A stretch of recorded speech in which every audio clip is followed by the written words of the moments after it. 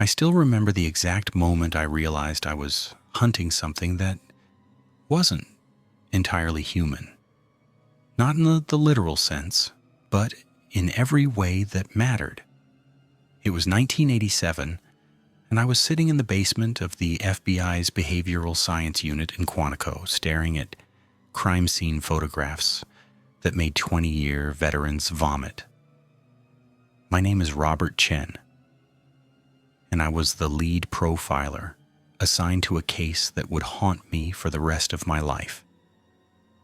They called him the surgeon in the media, but that name didn't capture the systematic, almost ritualistic precision of what he did to his victims. No, this wasn't about surgery. This was about something far darker, something that reached into the deepest corners of human depravity and brought back nightmares made flesh.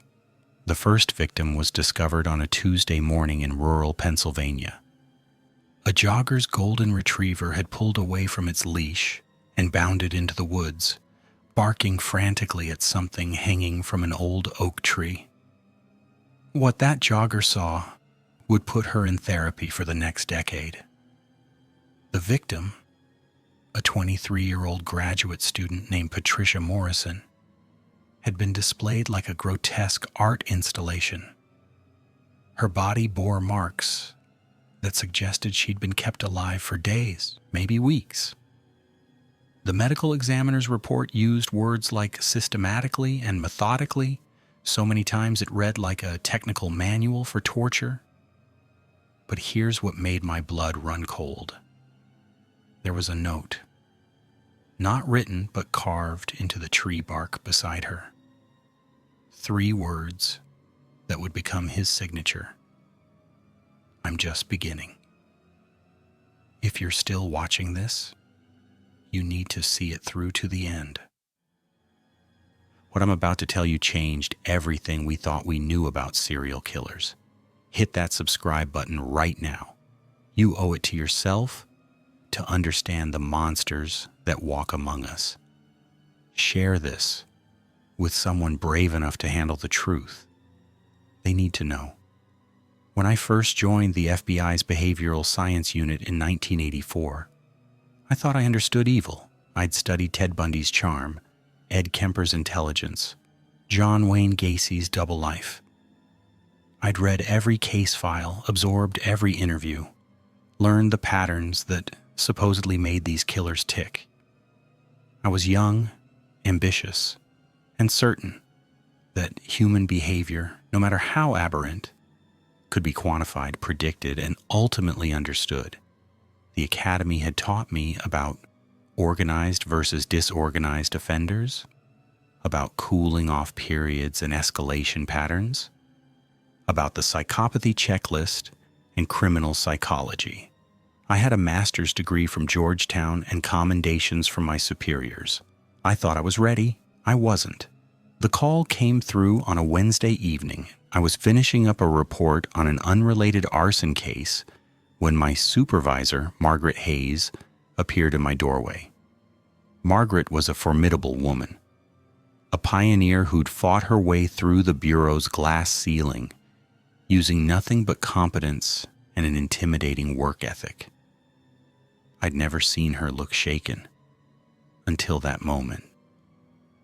Chen, we've got something in Pennsylvania. Local PD is completely out of their depth. They're requesting a profile. She placed a manila folder on my desk. Fair warning, this one's bad. In our line of work, bad is relative. I'd seen photographs of dismembered bodies, children who'd suffered unthinkable abuse, crime scenes that looked like abattoirs. I opened the folder with the confidence of someone who'd seen it all. The first photograph hit me like a physical blow. I actually recoiled, my chair rolling backward. Patricia Morrison stared back at me with empty eye sockets, her mouth frozen in a silent scream. But it wasn't just the brutality that disturbed me. It was the precision. Every wound, every incision, every mark on her body had been placed with deliberate intention. This wasn't the frenzied attack of a disorganized killer. This was art. Terrible, sadistic art, but art nonetheless. "There's more," Margaret said quietly. "This is the third victim. The others were in different states, different jurisdictions. Nobody connected them until now. Over the next several hours, I reviewed the complete case files. Victim number 1, Sarah Chen, no relation to me, discovered in Oregon 6 months earlier. The local police had attributed it to a transient, some drifter who'd moved on. Victim number 2, Marcus Johnson, found in Colorado 3 months after Sarah. Different gender, different age, different location. No connection was made. But I saw it immediately. The signature was identical. The positioning of the bodies, the specific types of wounds, the time frame of captivity, and those 3 words carved nearby. I'm just beginning.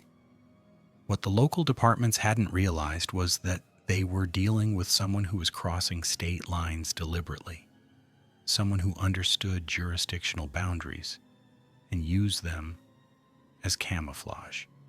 This wasn't just smart. This was someone who'd studied law enforcement procedures, who knew exactly how to exploit the gaps in our system. I spent that entire night building the preliminary profile. White male, likely aged 35 to 45. High intelligence, possibly medical or military background given the precision of the wounds. Organized offender with a sophisticated understanding of forensic countermeasures. He lived alone, held a stable job that allowed for travel, and presented a completely normal face to the world.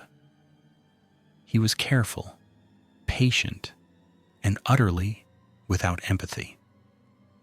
What I didn't know yet was that he was also watching me. He'd been watching from the very beginning, waiting to see who the FBI would send. And when he learned my name, he decided to make this personal. The package arrived at my office exactly 1 week after I took the case. It was a small box, professionally wrapped, addressed to Special Agent Robert Chen, Behavioral Science Unit. No return address. Security scanned it, found nothing explosive or hazardous, and sent it up to me. Inside was a photograph of me, sitting in my apartment, reading case files on my couch. The photo had been taken from outside my window using a telephoto lens. On the back, in precise handwriting, were 4 words that made my hands shake. "Profile this, Special Agent. The thing about hunting monsters is that eventually you realize they're hunting you back." That photograph transformed everything.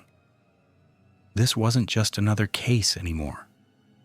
This was a direct challenge, a game invitation from someone who wanted to prove he was smarter than the FBI's best.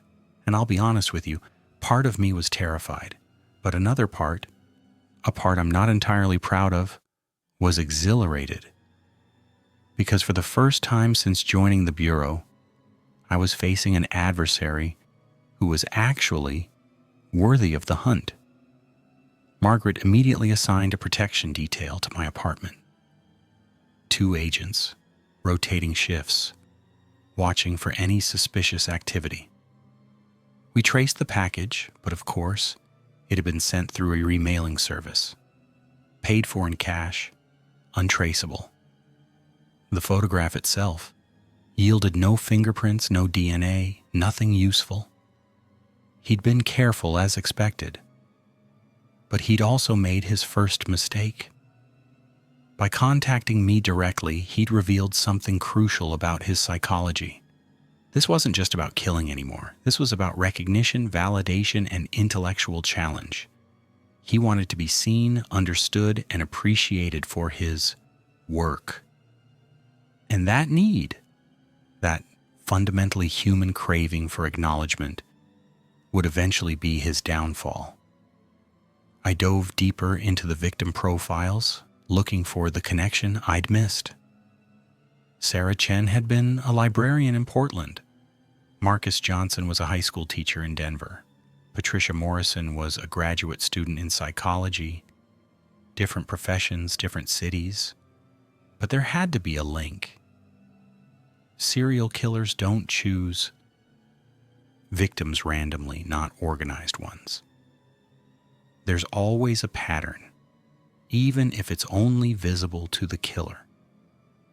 I spent weeks going through their backgrounds, their education, their social connections. I interviewed family members, friends, and colleagues. I reviewed their social media, their purchase histories, their travel records. And then finally, I found it. All 3 victims had attended a criminal psychology conference in Chicago 2 years earlier. It was a huge conference, thousands of attendees, dozens of panels and workshops, but there it was, concrete proof that their paths had crossed, however briefly. I obtained the conference attendance records and cross-referenced them with every database available. 17,000 people had registered. Among them were law enforcement personnel, academics, students, journalists, and true crime enthusiasts. The surgeon could be any one of them. But then I noticed something interesting.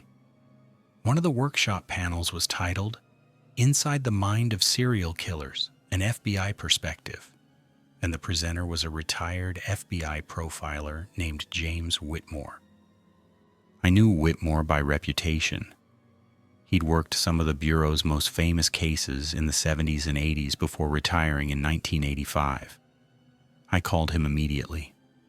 "Whitmore, this is Robert Chen from Behavioral Science. I need to ask you about a conference you spoke at in Chicago, 1985. There was a long pause on the other end. When Whitmore finally spoke, his voice was careful, measured. "The Criminal Psychology Conference. I remember it. Why?" 3 people who attended that conference are now dead. Murdered by someone I'm tracking. I think the killer was in your audience." Another pause. Longer this time. "Chen, there were 300 people in that room. But I do remember something odd. During the Q&A session, there was a man who asked very specific questions about how we profile killers. He wanted to know our methodologies, our weaknesses, what we look for. At the time, I thought he was just an enthusiast, maybe a graduate student. But there was something in his eyes. Do you remember what he looked like? Average height, average build, brown hair, glasses, unremarkable, which is exactly how he'd want to appear. But his questions, they weren't academic, they were practical. He was learning how to avoid detection. My pulse quickened. Did he sign up for the Q&A? Is there any record of his name? No, it was open forum. Anyone could ask questions. But wait, the conference organizers might have video. They were recording all the major panels that year. Within hours, I had the conference organizers on the phone. Yes, they'd recorded the panels. Yes, they still had the tapes in storage. By the next morning, I was watching grainy footage of James Whitmore's presentation, fast-forwarding through the lecture to get to the Q&A section. And then I saw him, standing at the microphone, asking his carefully constructed questions about profiling methodology. The video quality wasn't great, but it was enough. Average appearance, glasses, completely forgettable, except for his eyes. Even through the grainy footage, even across 2 years of time, I could see the intelligence burning there. And something else. Something predatory. I had the tech department enhance the footage, extract every possible frame of his face.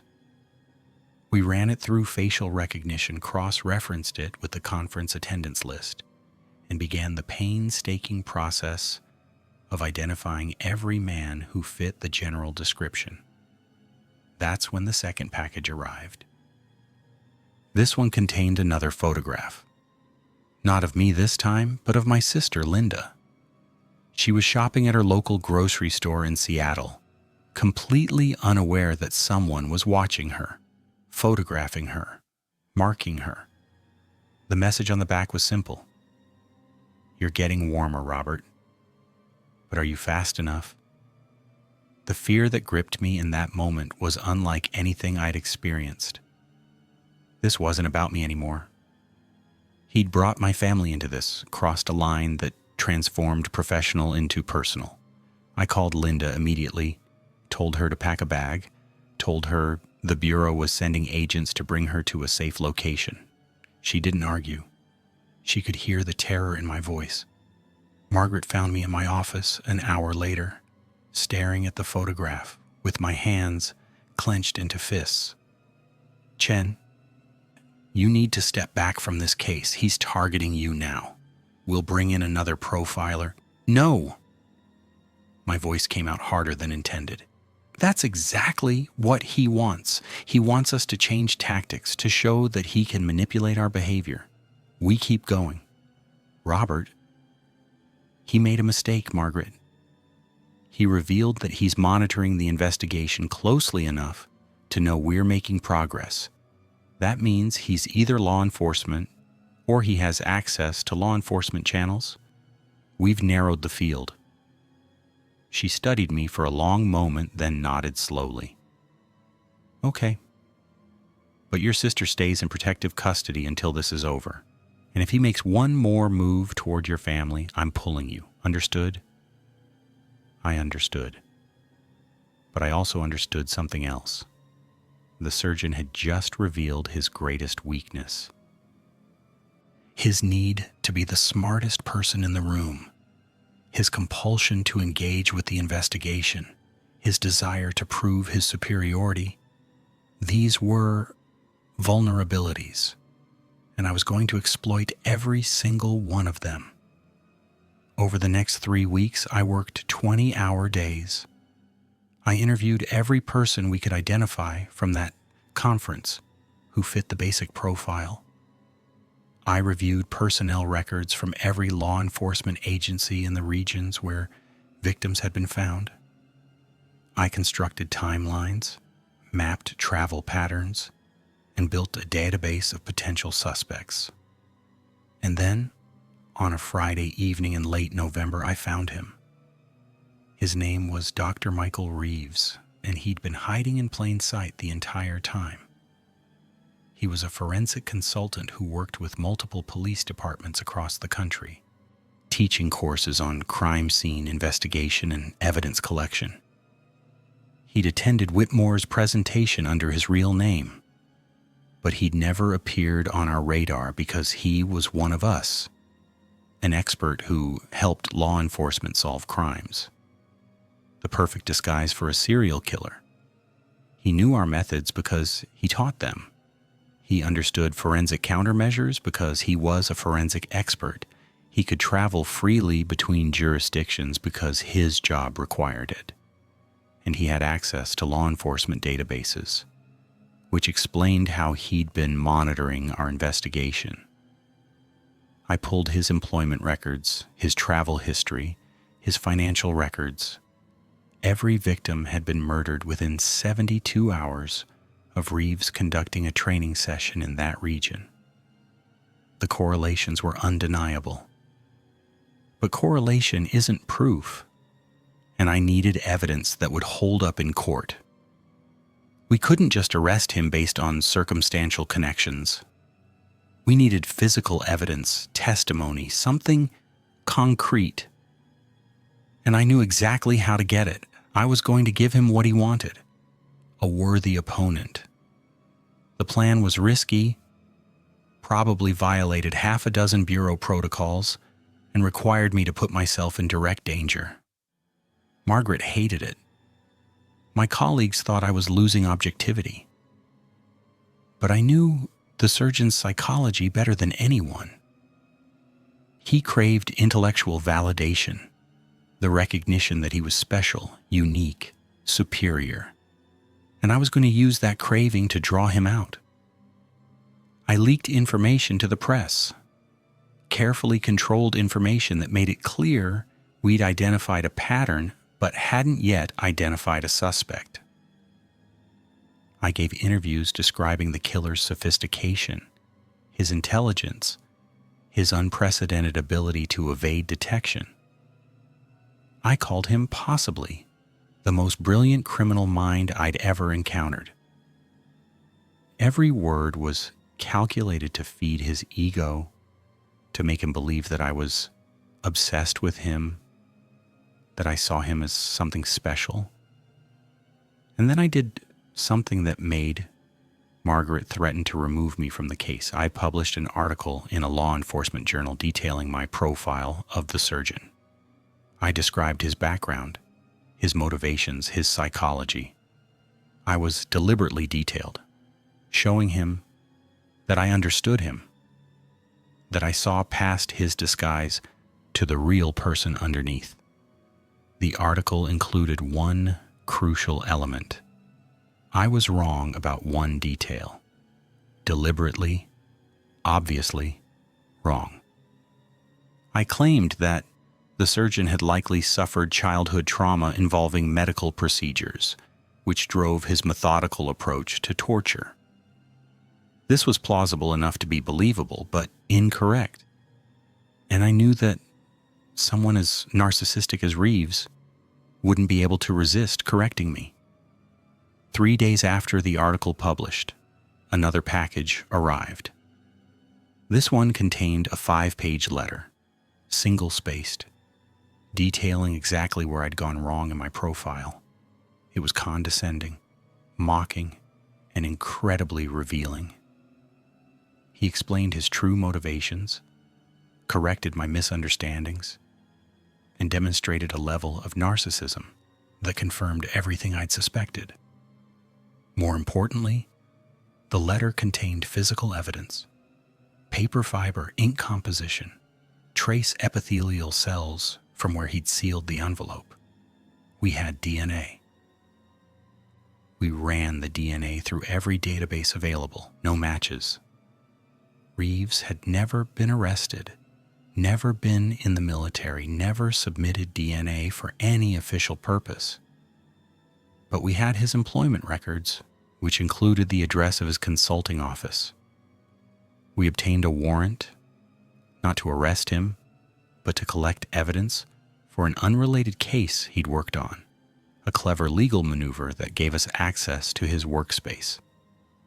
We found a coffee cup in his office trash, DNA match, but we still needed more.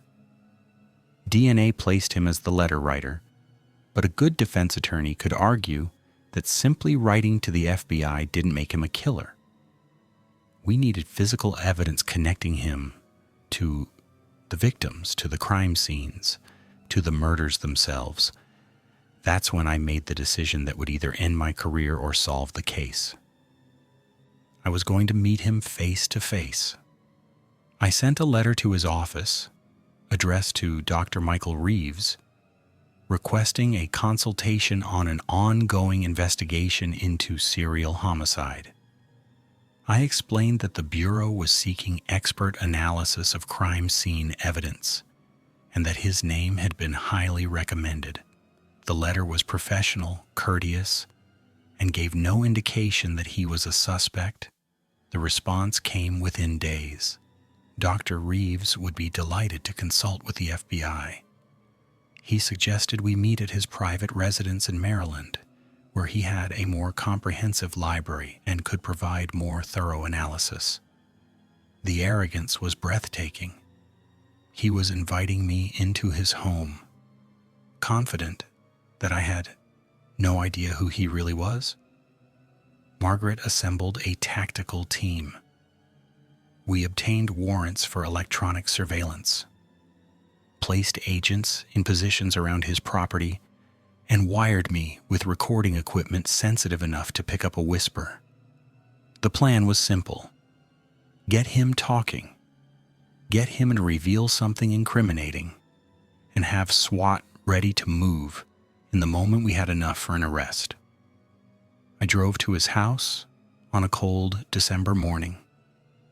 It was a nice property, suburban and unremarkable, exactly the kind of place where a monster would hide. Reeves answered the door with a warm smile, dressed casually in slacks and a sweater. He looked like someone's favorite uncle, not a sadistic serial killer. Special Agent Chen, I presume? Please come in. I've been following your work with great interest. The house was immaculate. Hardwood floors, tasteful artwork, bookshelves filled with texts on forensic science and criminal psychology. We sat in his study, and he offered me coffee, which I politely declined. Every instinct was screaming at me that I was sitting across from the surgeon. But his demeanor was completely normal, friendly even. We talked about the case in general terms. I showed him sanitized crime scene photographs, described the pattern of wounds, asked for his professional opinion.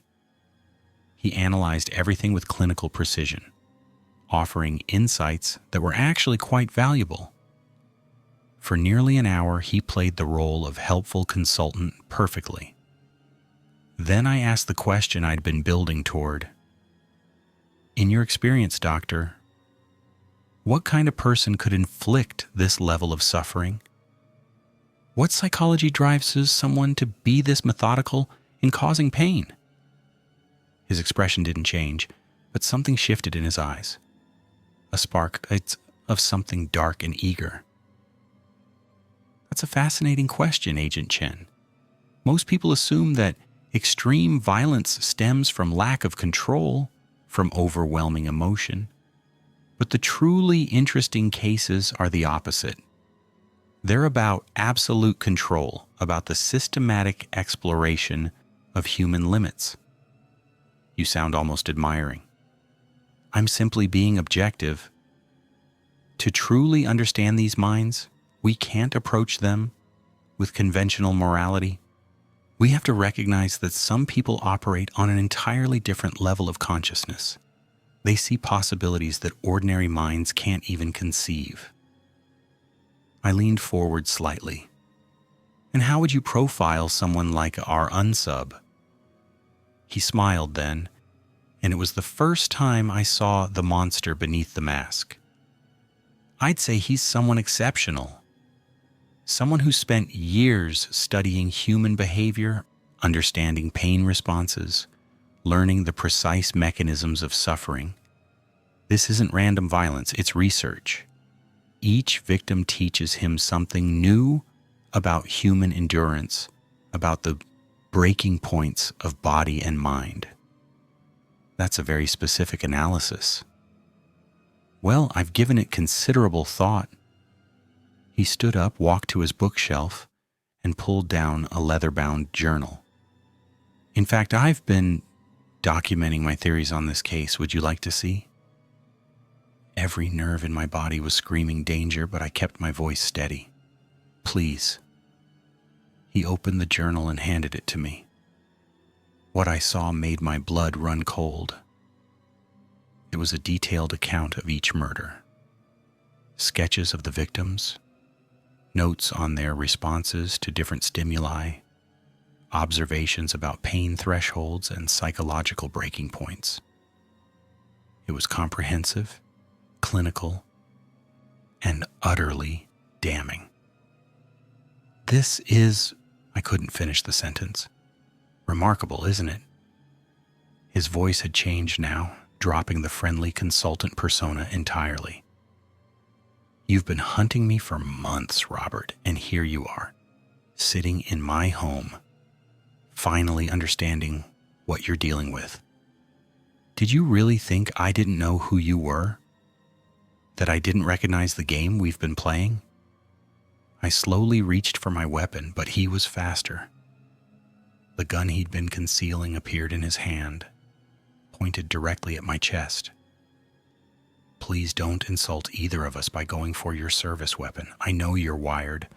I know there's a tactical team outside. But here's what they don't know.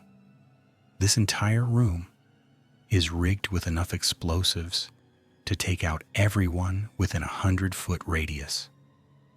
One trigger, and we all become a statistic. My mind raced through options. The team outside could hear everything through my wire, but if he really had explosives, any aggressive move would be suicide. I needed to keep him talking, buy time for the team to evacuate nearby homes, and bring in bomb disposal. Why did you invite me here, Michael? You must have known this would end badly for you. He laughed, a sound completely devoid of warmth. End badly? Robert, this is the perfect ending. Do you know what it's like to be extraordinary in a world that celebrates mediocrity? To see possibilities that no one else can imagine?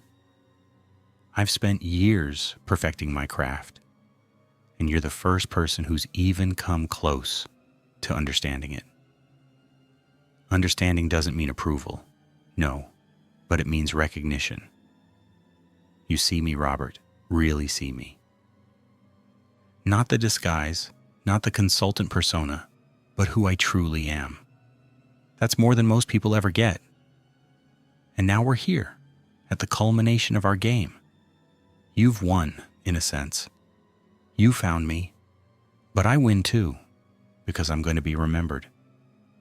Not as some random killer, but as the man who challenged the FBI's best and gave him the fight of his life. Through my earpiece, barely audible, I heard Margaret's voice. Bomb squad is moving in. Keep him talking. 10 minutes. 10 minutes. I needed to keep a narcissistic sociopath monologuing for 10 more minutes, while experts tried to disarm explosives they hadn't even located yet. No pressure. Tell me about the victims, I said. Help me understand what you were trying to accomplish. His eyes lit up. This was what he wanted. An audience, someone to appreciate his work. Each one was a study in human limitation. Sarah Chen taught me about pain tolerance variability. Marcus Johnson revealed interesting data about the psychological impact of hope and its removal. Patricia Morrison's background in psychology made her particularly fascinating. She understood what I was doing to her, which added layers of existential terror to the purely physical suffering. He spoke for the next 8 minutes, detailing horrors that confirmed every charge we'd ever bring against him. And he did it willingly, eagerly, because his need to be understood outweighed even his survival instinct. Through my earpiece, explosives located and neutralized. Green light. Go now. The thing you never understood, Michael, I said, standing slowly, is that being smart doesn't make you special. It's what you do with that intelligence that matters, and you used yours to become exactly what you despised. Ordinary. Just another narcissist who hurt people because it made him feel powerful. His face contorted with rage. He raised the gun, finger tightening on the trigger. The window behind him exploded inward as the SWAT team breached. 3 shots fired simultaneously. Michael Reeves collapsed before he could pull the trigger, the gun falling from his hand. It was over.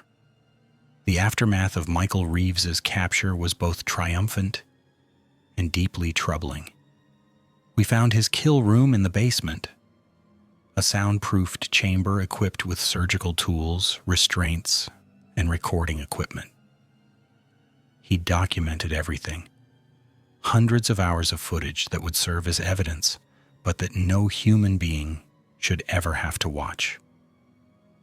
And the technical team who processed that room required mandatory psychological counseling afterward.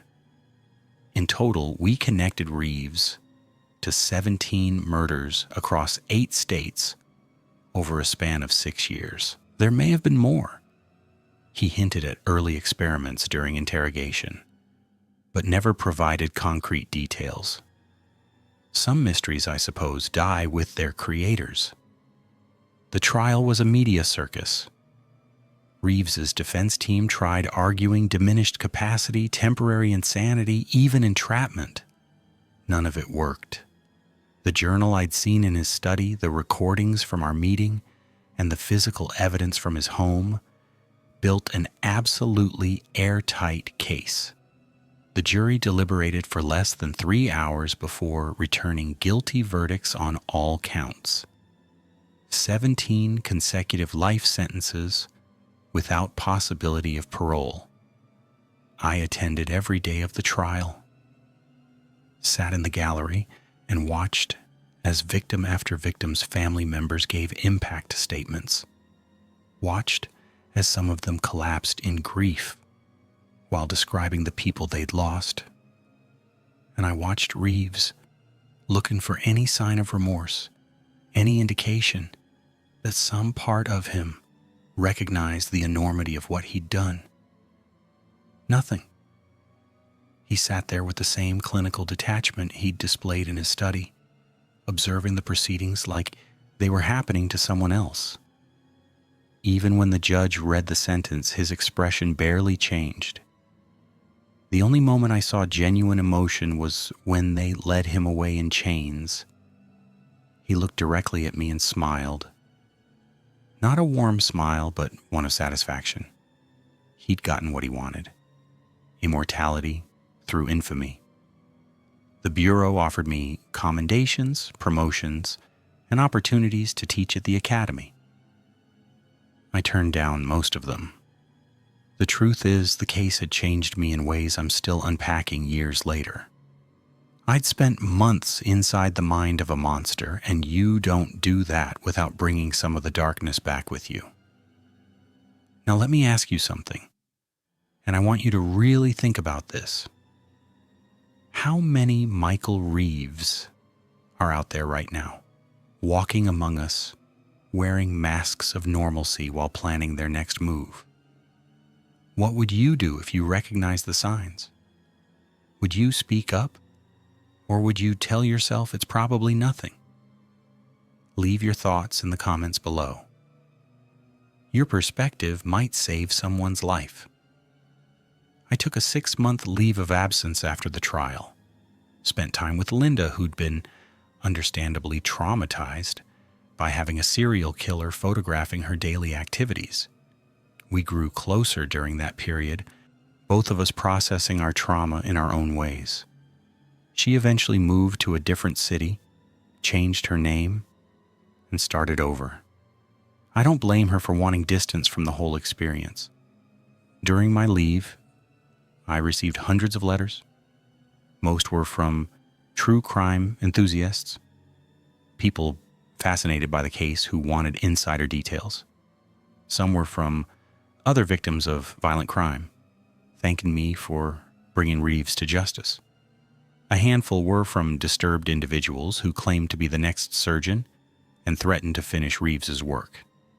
Those went directly to the Bureau's threat assessment team. But one letter stood out. It was from James Whitmore, the retired profiler whose conference presentation had inadvertently trained our killer. "Robert," he wrote, "I know the weight you're carrying. I know how it feels to realize that your work, your expertise, can be used as a weapon against the very people you're trying to protect. What happened with Reeves isn't your fault, just as it isn't mine for teaching that conference, but I also know the rationality doesn't ease guilt. So let me tell you what helped me. Remember the 17 families who have closure now because of your work. Remember that Linda is safe. Remember that Reeves won't hurt anyone else. You didn't create the monster, you stopped him. That has to be enough." I read that letter probably 50 times during my leave. On the hard days when the crime scene photographs haunted my dreams and I questioned every decision I'd made, Whitmore's words were a lifeline. He was right. I hadn't created Michael Reeves. The darkness that drove him existed long before I became involved. All I did was bring it into the light. When I returned to the Bureau, I requested a transfer, not out of the behavioral science unit, but into a teaching role. I wanted to train the next generation of profilers, help them understand the psychological tools they'd need, not just to catch killers, but to survive the process with their humanity intact. My first lecture was to a room full of eager young agents who saw profiling as glamorous intellectual work. They'd watched too many movies, read too many thrillers. They thought it was about brilliantly deducing motives from obscure clues, about getting inside the killer's head and outthinking them. They weren't entirely wrong, but they were missing something crucial.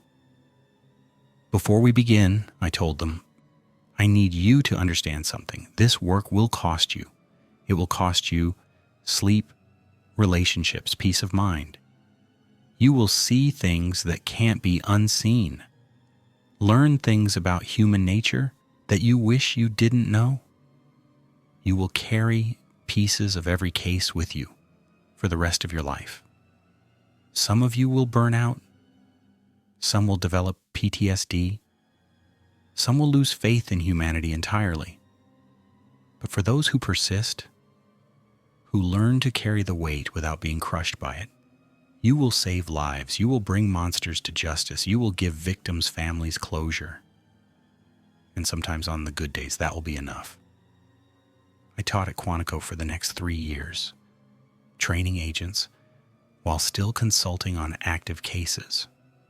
The work was fulfilling in a way the field investigation never quite achieved. I was building something, or creating a legacy beyond just catching one killer. Every agent I trained would go on to work dozens of cases and save countless lives. The math was compelling. But I never forgot Michael Reeves. His case remained the benchmark against which I measured all others. When teaching about narcissistic personality disorder in serial offenders, I used him as the primary example. When discussing the importance of jurisdictional cooperation, I explained how his understanding of bureaucratic gaps allowed him to operate undetected for years. When training agents on personal security protocols, I showed them the photograph he'd taken of me in my apartment. A visceral reminder that the monsters we hunt sometimes hunt us back. In 1992, 5 years after his conviction, I received a request from Reeves to visit him in prison. He wanted to be interviewed for a book about his crimes. I declined. Then he asked again, claiming he had information about unsolved murders. I declined again. He wrote me letters periodically, always trying to reestablish the connection we'd had during our investigation, always seeking the validation and recognition that drove him. I never responded. The game was over, and I refused to give him anything more. Then in 1995, something unexpected happened. A package arrived at my office, not from Reeves, but from his attorney. Reeves had died in prison, killed during a fight with another inmate. The details were murky, but the result was final. The surgeon was gone. The package contained a letter Reeves had written before his death, with instructions to send it to me upon his passing. I debated whether to read it. Part of me wanted to just destroy it, deny him even the posthumous satisfaction of getting the last word. But curiosity won out. I opened it. The letter was surprisingly brief. Robert, if you're reading this, then my time has run out. I have no regrets about my work, only about being caught. But I wanted you to know that our game was the most intellectually stimulating experience of my life. You were worthy. In another universe, Under different circumstances, we might have been colleagues, friends even, but in this one, you were my nemesis, and that's a role you played perfectly. I hope catching me gave your life meaning, because our chase certainly gave mine purpose. In the end, we each got what we needed from the other. That's more than most people can say. MR. I sat with that letter for a long time, processing the complex emotions it triggered: anger at his continued narcissism, relief that he was finally gone, and something uncomfortably close to sadness. Not for Reeves himself, but for the waste of it all. He'd been brilliant, capable, and utterly without conscience. What could he have accomplished if that intelligence had been directed toward creation instead of destruction? But that's the tragedy of people like Michael Reeves. They can't see beyond their own gratification, can't understand that connection and meaning come from building others up, not tearing them down. He died alone in a prison fight, unmourned and unremembered, except as a cautionary tale.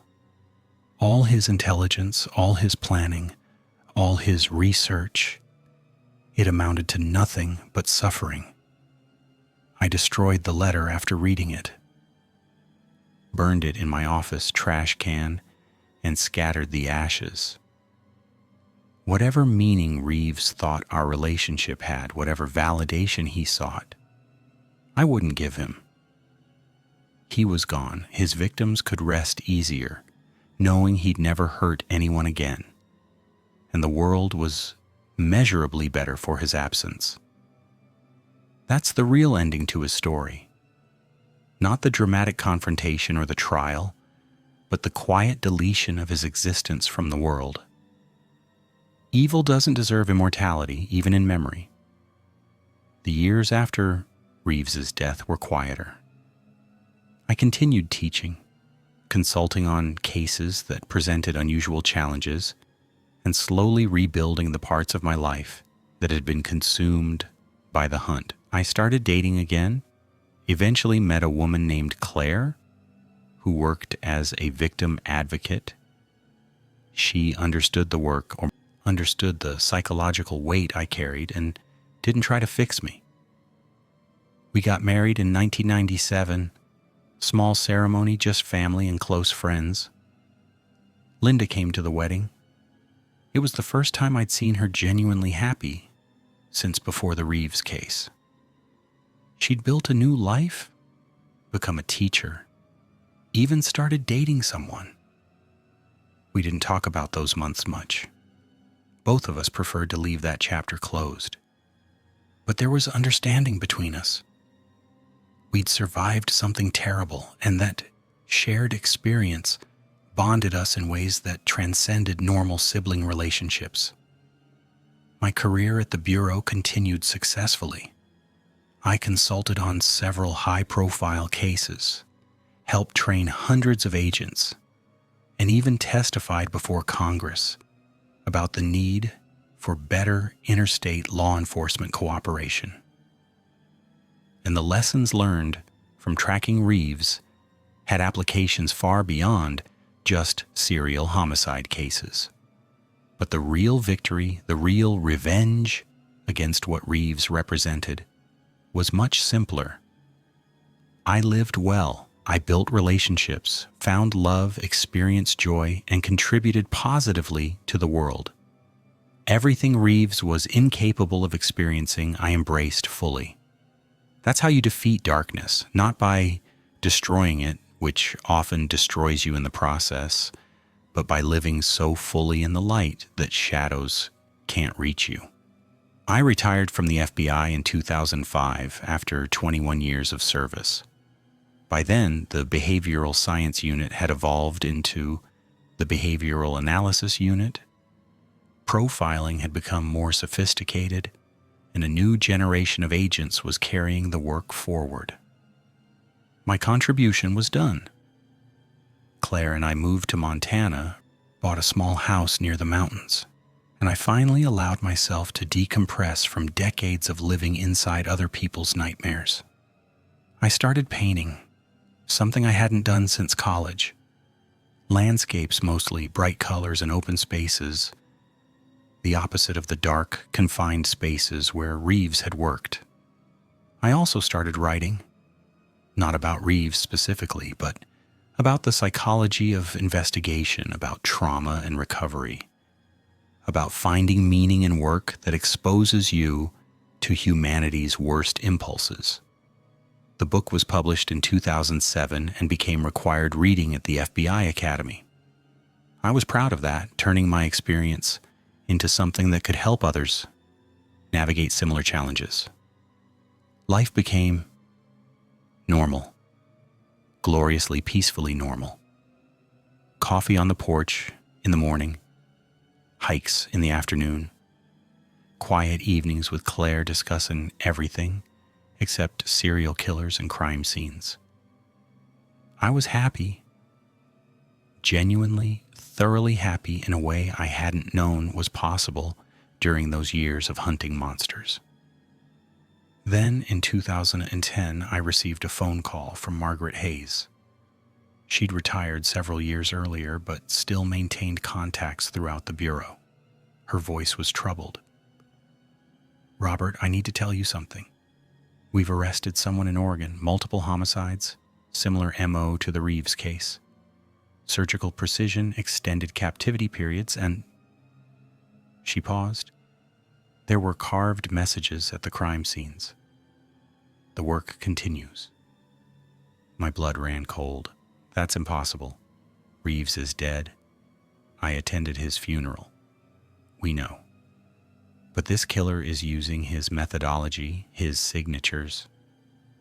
It's like someone studied his work and decided to continue it. We need your help." I should have said no. I was retired, had finally found peace, and had no obligation to dive back into that darkness, but those carved messages kept echoing in my mind. The work continues. Someone out there had been inspired by Reeves, had decided that his legacy deserved continuation. I looked at Claire, who'd been listening to my half of the conversation with growing concern. She knew what I was thinking before I said it. "You have to go," she said quietly. "You can't let someone finish what he started. But Robert, you come home when it's done. Promise me." I promised. The flight to Quantico felt like traveling backward in time. Walking into the BAU offices, seeing the familiar conference rooms and case boards, talking to agents who called me sir despite my retirement, it was disorienting and strangely comfortable simultaneously. The new case was chillingly familiar. 3 victims so far, all connected to a true crime podcast that had done a detailed series on the Reeves case. The killer had targeted the podcast hosts and a researcher who'd interviewed families of Reeves's victims. The methodology was nearly identical to Reeves's work, down to the specific placement of wounds and the duration of captivity. But there were differences too. Small variations that suggested someone learning, refining, putting their own stamp on Reeves's template. This wasn't a pure copycat. It was someone who'd studied the original and decided to improve upon it. "We've been calling him the apprentice," the lead agent told me, "because it's clear he's treating Reeves as a teacher, following his methods but developing his own style." I reviewed the case files with the same intensity I'd brought to the original Reeves investigation, but with something new: experience. I knew this playbook now. I understood the psychology driving this behavior, and I knew exactly how narcissistic killers think. "He's going to contact me," I said with certainty. "If he sees himself as continuing Reeves's work, then he knows about our history. He'll want validation from someone who understood his predecessor." 3 days later, the package arrived at my Montana home.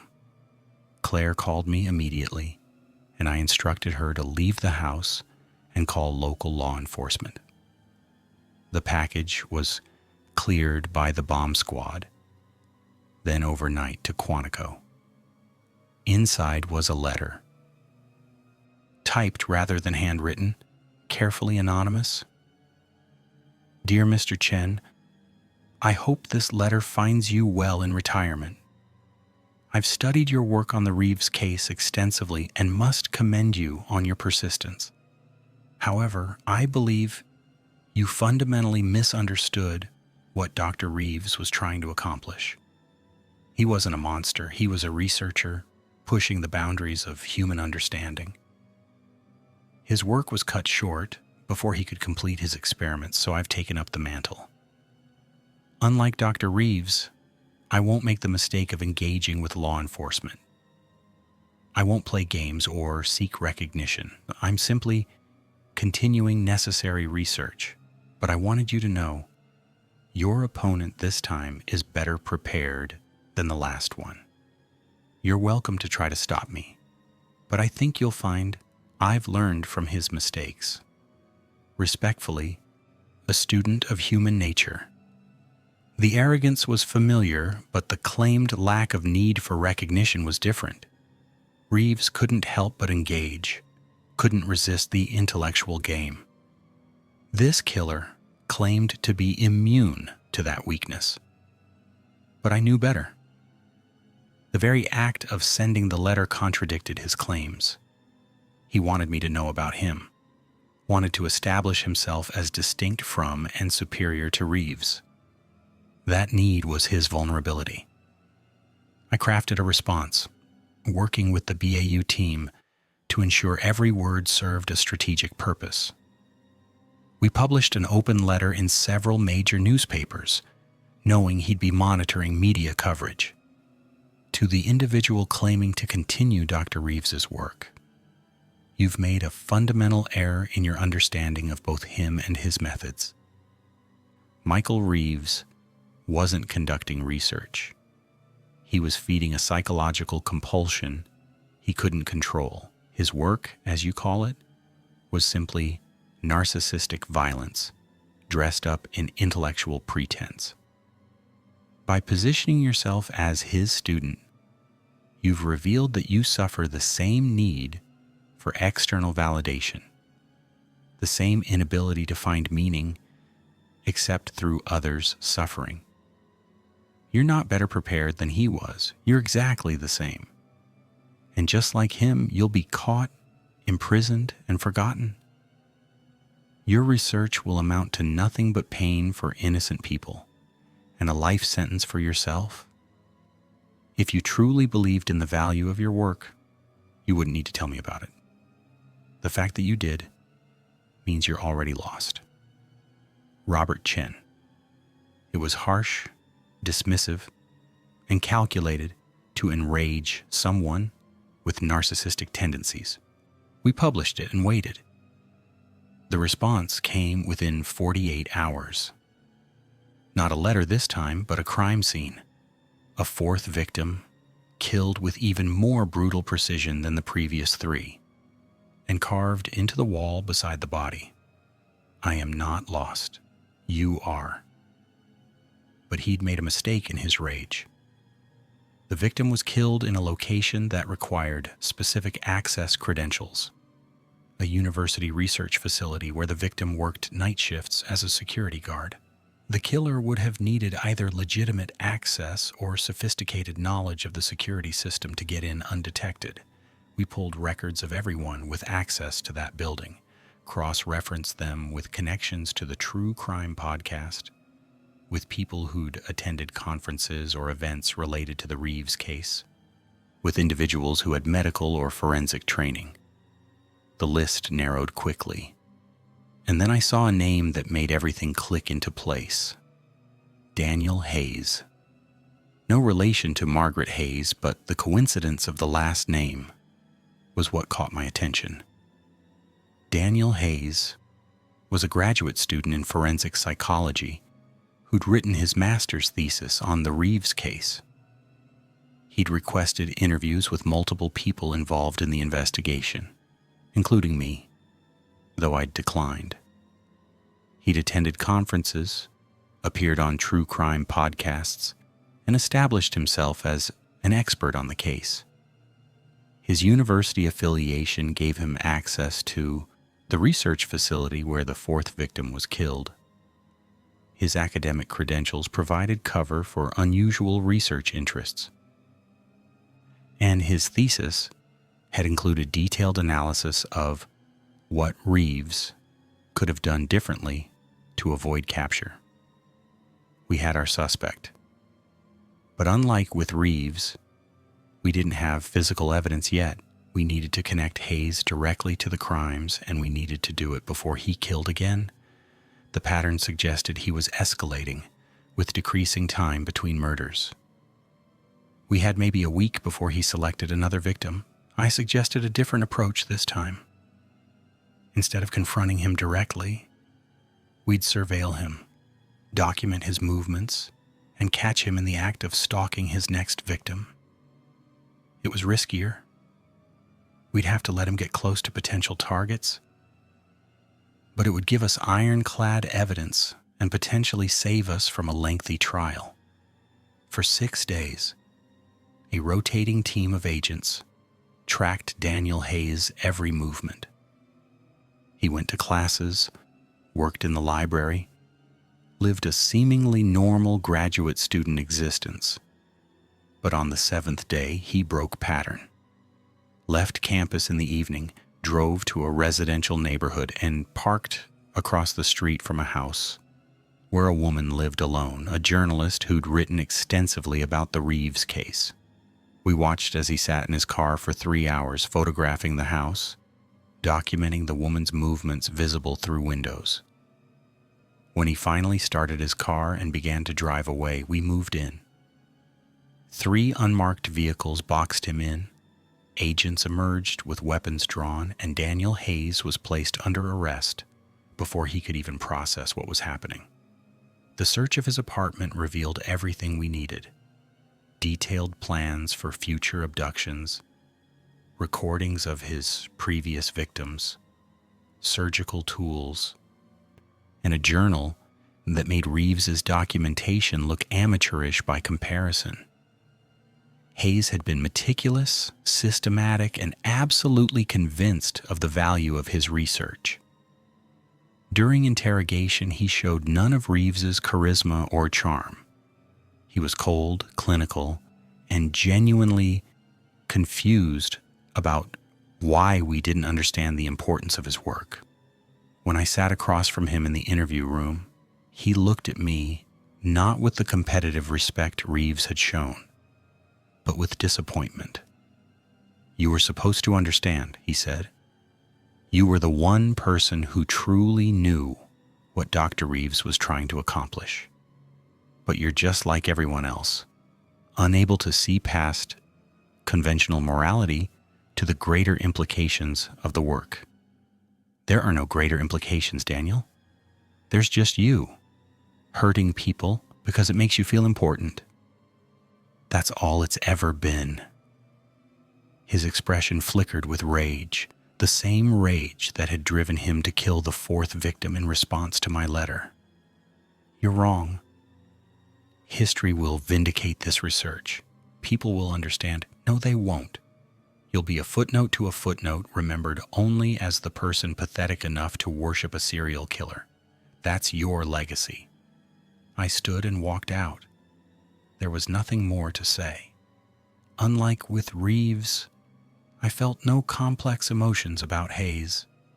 He was a small, damaged person who'd found meaning in the worst possible place. He deserved neither my understanding nor my attention. The trial was swift. Hayes's journal provided overwhelming evidence, and his public defender could mount no credible defense. Another life sentence. Another monster removed from society. The families of his victims got closure. The journalist he'd been stalking got to continue her life, and the work he thought he was continuing ended definitively. I flew home to Montana the day after the sentencing. Claire picked me up from the airport and we drove home in comfortable silence. When we pulled into our driveway and I saw our house, our safe, normal, peaceful house, something inside me finally relaxed. "Is it done?" Claire asked. "It's done." And it was. Not just the case, but my entire career of hunting monsters. I'd spent decades tracking people who'd chosen darkness, and I'd won more often than I'd lost. But more importantly, I'd survived with my humanity intact. I'd found love, built relationships, and learned that the real victory over evil isn't dramatic confrontation. It's simply choosing to live well despite knowing evil exists. Michael Reeves had been America's most sadistic serial killer, the subject of countless books and documentaries, the case that defined my career. But he was also just a man, broken and empty, who died alone having accomplished nothing of value. His apprentice had followed the same path to the same meaningless end. Meanwhile, I was home, with someone I loved in a place I'd built, surrounded by the evidence of a life well lived. That's the real ending, the true revenge. Evil burns itself out, but goodness endures. The surgeon and his student are forgotten now, remembered only as cautionary tales in FBI training seminars. But the people we saved, the families who got closure, the agents I trained who went on to save others, that legacy continues. Light always wins in the end. Sometimes it just takes longer than we'd like.